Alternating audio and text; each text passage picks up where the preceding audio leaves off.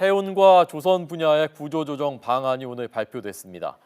정부와 한국은행이 12조 원을 투입하는 내용입니다. 또 이 기업들을 분할이나 합병하지는 않고 강도 높은 자구 노력을 주문하는 선에서 방향이 정해졌습니다. 류완홍 기자 나오십시오. 네, 유한홍입니다. 네, 정부와 한국은행이 재원을 마련한다는 건 결국 국민이 낸다는 것과 비슷한 얘기인 거죠? 네, 그렇게 볼 수 있습니다. 양대 해운사와 조선 3사의 구조조정을 위해선 채권은행인 산업은행과 수출입은행의 자본 확충이 필요한데요. 정부와 한국은행이 현물 출자와 대출이란 형식으로 12조 원을 연내에 투입하기로 했습니다. 일단 정부는 오는 9월 말까지 1조 원 규모의 공기업 주식을 국책은행에 출자하게 됩니다. 그리고 한국은행은 10조 원, 자산관리공사는 1조 원을 대출해 11조 원 규모의 펀드를 만들고 이 펀드가 국책은행을 지원하게 됩니다. 여기서 한국은행의 10조 원은 돈을 찍어낼 수 있는 한국은행의 발권력을 동원해 마련되는데요. 한국은행이 10조 원을 찍어내고 이 돈이 시중에 흘러 들어가면 물가 인상 압력이 높아져서 결국 국민 부담으로 이어질 수 있습니다. 그렇기 때문에 한국은행은 최대한 조기에 대출 금액을 회수할 수 있도록 정부 보증을 요구했고, 정부는 직접 보증을 하면 국가 채무가 늘기 때문에 신용보증기금이 보증을 하도록 했습니다. 하지만 일단 시중에 돈이 풀리면 물가 인상 압력이 높아지기 때문에 국민 부담은 지금보다 커진다고 볼 수 있습니다. 네. 이 구조조정 대상 기업들의 주채권 은행이기도 한 국책은행들 이번에 또 돈을 더 투입하게 되는데 이 국책은행들도 강도 높은 자구 노력을 할 계획이 세워져 있는 겁니까? 네, 그렇습니다. 정부도 국책은행에 대해 인력 감축과 임금 삭감, 조직 축소, 성과 연봉제 확대, 자회사 신속 매각 등의 쇄신 계획을 마련했습니다.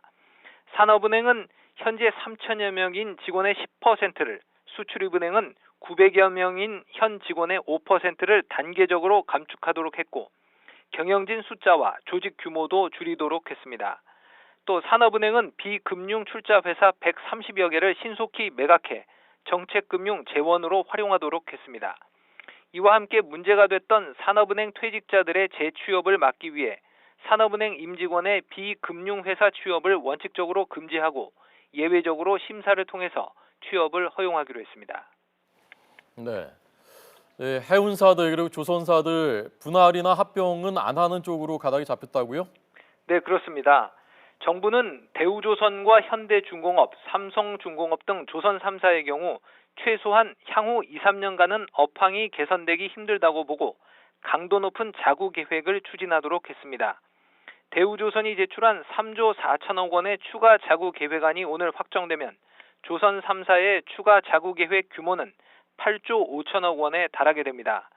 정부는 경영 재무 진단 결과 필요하다면 자구 계획을 추가 보완하기로 했습니다.